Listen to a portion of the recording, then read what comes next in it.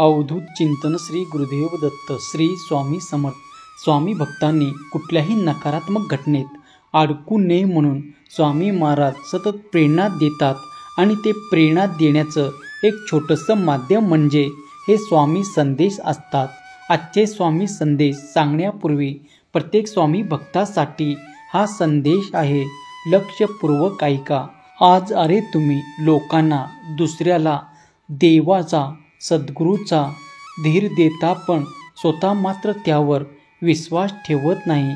तुमच्या मनात खूप नको ते विचार उठतात. देवाने मदत केली तर बरं, नाही तर आम्हीच काहीतरी करू. पण याच्या बाबतीत असं नाही. त्यांना आमच्यावर ठामपणे विश्वास आहे. त्याची भक्ती निरागस आणि एकनिष्ठ आहे आणि भगवंत अशा भक्ताच्या दोरीने बांधलेला जातो. त्याला सर्व कामे टाकून भक्तासाठी यावेच लागते. देवावर विश्वास कसा करावा हे लहान मुलापासून मोठ्याने शिकायला पाहिजे. दिगंबरा श्रीपाद वल्लभ दिगंबरा. स्वामीकडे एकच तुम्ही प्रार्थना करा. हे स्वामी समर्था, पृथ्वीवरील रंगमंचावर तू मला जे पात्र दिले आहेस ते उत्कृष्टपणे निभावून घे. यासाठी माझ्या शरीरात जे आवश्यक गुण आहेत, कौशल्य आहेत ते विकसित कर आणि तुला अनपेक्षित परिणाम साध्य कर. पण हे समर्था, हे करत असताना मला तुझ्या अनन्य भक्तीची लस दे, जेणेकरून अहंकाररूपी व्हायरसची लागण मला होणार नाही आणि मी तुझ्या चरणापासून दूरसुद्धा जाणार नाही. हे देवा, भगवंता, परमेश्वरा, तूच माझा माता, तूच माझी पिता, गुरु आहेस. मला प्रेरणा दे, मला मार्गदर्शन कर. मित्रांनो, स्वामीचे वचन भिवू नकोस. मी तुझ्या पाठीशी आहे. हे त्रिकालबाधित, शाश्वत आणि सत्य आहे. त्यावरती तुम्ही विश्वास ठेवा आणि विश्वास असेल तर व्हिडिओला लाईक करून चॅनलला सबस्क्राईब करा. कमेंट बॉक्समध्ये स्वामी आई माझ्या पाठीशी असे टाईप करा. मनुष्य जन्मापासून ते मृत्यूपर्यंत सतत भीतीच्या छायाखाली जगत असतो. हे कोणीही नाकारू शकत नाही. कारण हे जर नाकारायचे ठरले तर तो स्वतःचे आत्मवचन करत आहे असेच म्हणावे लागेल. कारण कोणत्या न कोणत्या तरी भय सतत त्याला त्याच्या इच्छापूर्ती असतो. चिंतेतून भयाची निर्मिती होते आणि चिंता ही मनुष्याला सतत भेडसावत असते. पाहिलं तर अगदी शिशु आणि अगदी लहान वयात मनुष्याला भीतीची अवस्था, भयाची भावना अजिबात नसते. देवघरातील निरंजन पेटी, अगरबत्ती, मेणबत्ती अशाकडे बालक सहजतेने झेपावतात.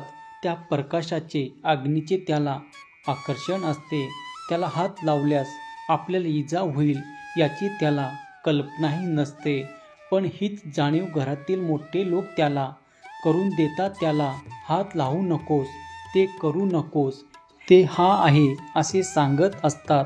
मग तिथे बुवा असतो. पटकन खा, नाहीतर घरी बुवा येतो, तो पळवून नेईल.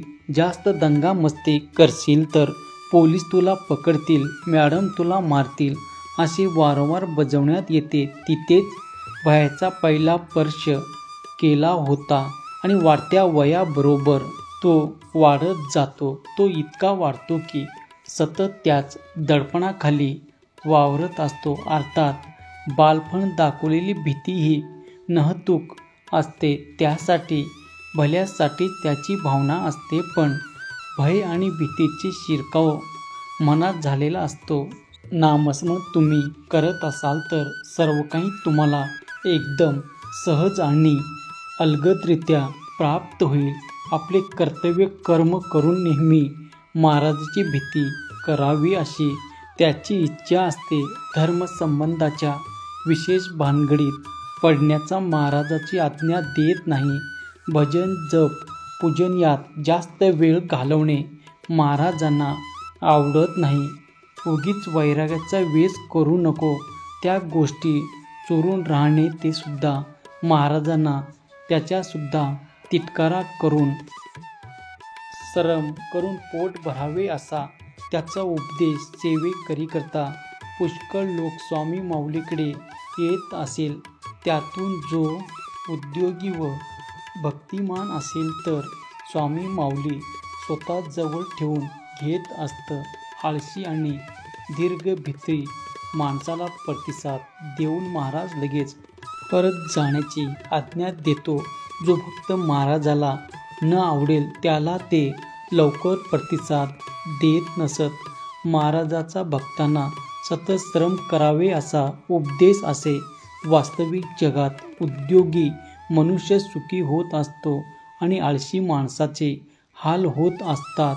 त्यामुळे तुम्ही श्रम करा आणि एकटे राहण्याची इच्छा कायम ठेवा. कारण स्वधर्म हाच मोठा कर्म मानला जातो. स्वतःवरती विश्वास ठेवा आणि भगवंताची साथ तुम्हाला कायमच मिळणार आहे. कारण स्वामी माऊली आता म्हणत आहे, माझ्या प्रिय बाळा, आता तुला तुझा स्वभाव बदलण्याची गरज आहे. तुझ्या रागीट आणि अहंकारी स्वभावामुळे तू तुझ्या पदरात सुख गमावत आहे. तुझ्या एकट्याने संसार कधीच पूर्ण होणार नाही. संसार करण्यासाठी जोडीदार हा हवाच. अहंकार आणि राग जरा बाजूला सार. तुझा संसार तुला पुन्हा मिळेल आणि ते मी तुला मिळवून देईल. तेव्हा तू डोळे बंद करून माझे नाव घेतोस. माझ्याकडे ज्या आशेने तू येतोस ते मला तू न मागता ही कळतं. मी तुझ्या भक्ताच्या चांगल्या इच्छा नक्कीच पूर्ण करणार आहे. माझ्या भक्ताची काळजी मला आहे. माझ्या आज्ञेचे पालन कर. तू तुझ्या संसारात हवे असणाऱ्या सर्व सुख सुविधा मी तुला देणार आहे. विश्वास ठेव, मी तुझ्या पाठीशी आहे. मित्रांनो, देवाने माझे काय चांगले केले, मी का उपासना करू हे तक्रार, राग प्रत्येक व्यक्तीने कोणाकडून कधीतरी ऐकलं असेलच. भक्ती करताना, उपासना करताना देव सांगत नाही की मला तुम्ही भजन उपासना करावी की नाही. ही बाब पूर्णपणा ऐच्छिक आहे. कोणतीही उपासना जर मनापासून केली असेल तर ती व्यर्थ जात नाही. म्हणून मनापासून कोणतीही गोष्ट तुम्ही करत राहा. अटळ विश्वासाने आणि संयमाने तसेच निर्धाराने आपले कुलदैवत आणि इष्टदेवताची उपासना खंडित न करता करीत राहावी. श्रद्धा आहे तिथे फळ मिळणारच आहे. कारण स्वामीचा आशीर्वाद कायम पाठीशी आहे. जर तुमचा विश्वास असेल की स्वामी अस्तित्वात आहे तर हे तुम्हाला सगळीकडे दिसतील. अवधूत चिंतन श्री गुरुदेव दत्त श्री स्वामी समर्थ. जर तुमचा या शक्तीवर विश्वास असेल तर आत्ताच आपल्या चॅनलला सबस्क्राईब करा आणि एक लाईक करायला विसरू नका. लक्षात ठेवा, तुमचं एक लाईक प्रेरणा देतो आणखीन स्वामी संदेश बनवण्यासाठी. श्री स्वामी समर्थ.